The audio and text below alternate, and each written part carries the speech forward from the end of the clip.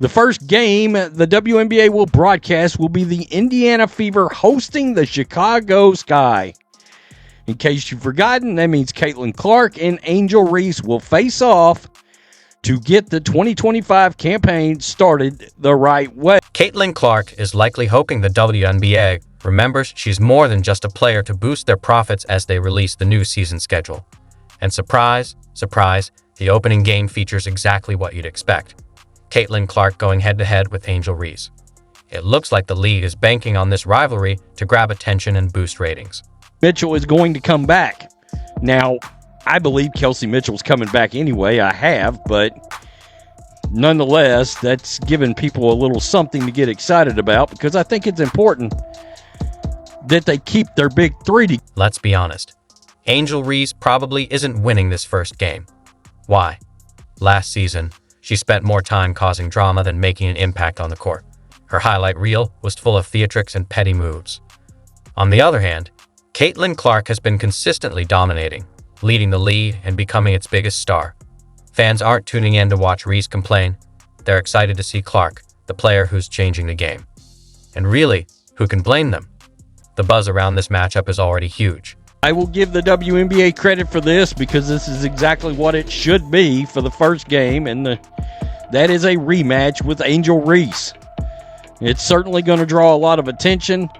The Indiana Fever have released a hype video. By the way, in case you're wondering, Caitlin Clark has done it again. Not only is she effortlessly outplaying defenders, but she's also giving the WNBA its most exciting makeover yet with the 2025 schedule. It's packed with drama, intense rivalries, and pure marketing brilliance, with Clark as the star at the center of it all. That we saw last season in this Rookie of the Year race that Caitlin pulled away quickly from Angel Reese when it came to skill on the court. Caitlin Clark didn't just join the Indiana Fever. She set the entire league on fire. Fans who barely understood the game are now acting like seasoned analysts. She's made everyone pay attention, and the WNBA knows exactly what they're doing by capitalizing on her star power. Absolutely the right move to put Angel Reese and Caitlin Clark against each other in the opening game. If I was running the league, you can bet that's exactly what I would do. Let's be real. The rivalry between Caitlin Clark and Angel Reese is the kind of drama reality TV producers dream of. Clark versus Reese is a full-blown saga, and the league is counting on it to bring in the views. And it's working. You don't schedule them against each other in the season opener by mistake. That's pure strategy. On May 17th, 2025, at 1 p.m. Eastern, the Indiana Fever versus Chicago Sky won't just be a game. It'll feel more like a showdown. Reese, always ready to stir the pot, has been throwing shade, while Clark acts like she doesn't care. But let's be honest, she's loving every moment of it. Remember, Clark at many points last year tried to say that there was no rivalry between the two. While Clark tried to downplay the rivalry, Reese certainly tried to do whatever she could to stoke it. Well, that's because, without Caitlin Clark, Angel Reese doesn't draw the same paycheck. The numbers speak for themselves. The WNBA is expecting over 2 million viewers for the season opener minus 2 million. It's a huge number, but not surprising when you consider that Caitlin Clark's game in New York last season shattered ticket sale records, bringing in over $2 million. She's a true phenomenon. The league knows it, the fans know it, and even Angel Reese probably knows it, though she'd never admit it. There's even a rumor that Reese's rising paycheck is somehow tied to Clark's star power. If that's true, it's only adding more fuel to this already heated rivalry. Really the best way to stoke a rivalry, but then again, Reese is not above doing something classless. Good job. It's the perfect clash of personalities. Clark's calm, collected style versus Reese's fiery, bold energy. The league has definitely played up this rivalry for all it's worth, and honestly, good for them. But you can't help but feel like they're leaning a bit too much on Clark's star power. Sure, she's carrying the Fever, but she's also carrying the entire league. The least they could do is give her the recognition she deserves, instead of just cashing in on the attention she's bringing. Every game they played in this year except 3. Embracing opportunities to play in front of a lot of fans. Behind the back again for Clark, giving her another assist and a chance. I mean, hearing them cheer every possession is exactly what we need every single night. In 2024, the Indiana Fever sold out all but 3 of their games. Yes, You read that right, only 3. Over 168,000 fans packed the stands to watch Caitlin Clark shine, and we're talking about fans traveling from all over the world, some coming from as far as 9,000 miles away. That's not just fandom, it's borderline obsession. And let's be real, the WNBA should be grateful, practically begging her for this kind of attention. Already a gift made of Caitlin Clark and State Farm. It's pretty cool, actually. The Indiana Fever are my favorite show. I can't wait for the upcoming season. Caitlin Clark is turning the WNBA into a cultural sensation. The Fever's merchandise is flying off the shelves like it's Black Friday every day. People who couldn't have cared less about the league just a year ago are now die-hard fans because of her. The WNBA has finally found its star, a player who makes even casual viewers stop and ask, "Wait, who's this Caitlin Clark everyone's talking about?" She's bringing in new fans, creating excitement, and giving the league the identity boost it desperately needed. Honestly, pretty good. Pretty good. You can't help but wonder, though, is the league really giving Caitlin Clark the recognition she deserves? Or are they just treating her like a golden goose that keeps delivering? This season is crucial for the Fever. With Stephanie White stepping in as head coach, there's hope she can bring the much-needed structure to a team that's been struggling to find its rhythm. Hopefully having a real coach will make a big difference. That's right. We can all thank God that we're moving on from Christie's sides and we're getting Stephanie. A stronger defensive identity? Yes, please. Clark can't do it all on her own, even though she's pretty close to proving she could. The Fever need to give her real support with a revamped roster if they want to turn her star power into wins. And let's not overlook the big question. Can the Fever's opening game break the 3 million viewer mark? It's a bold goal, but if anyone can make it happen, it's Caitlin Clark. Place is electric. Draws 2 in the corner. Hole. We're seeing here, and that's why it's been so fun to cover the Fever and the Fever fans across the country and other But wait, Clark and Reese aren't the only big storylines this season.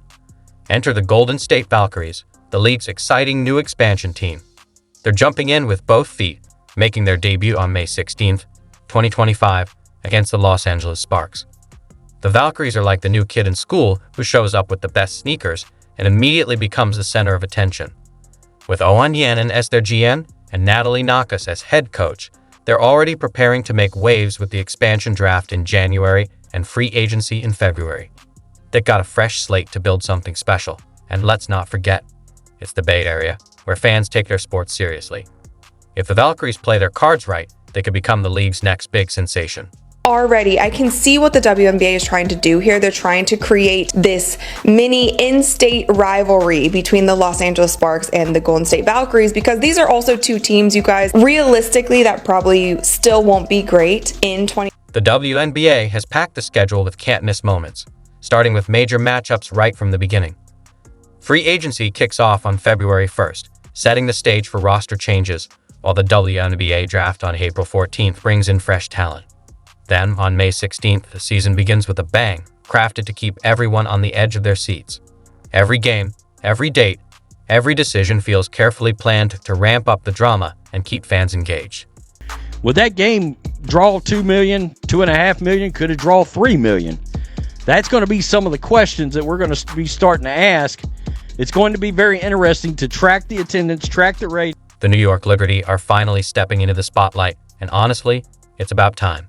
On May 17th, 2025, they raised their first ever championship banner before facing off against the Las Vegas Aces at 3:00 p.m. ET. With Brianna Stewart leading the team, they're looking just as strong heading into 2025. Sure, she's technically an unrestricted free agent, but let's be real. She's not leaving New York. She's the queen of the Liberty Kingdom, and unless someone shows up with a truckload of gold, she's sticking around to defend that title. Then they have the Las Vegas Aces going up against the New York Liberty, two teams that I'm pretty sure hate each other. And then we have the Seattle Storm going up against Phoenix, who are also two teams that I don't think are too fond of one.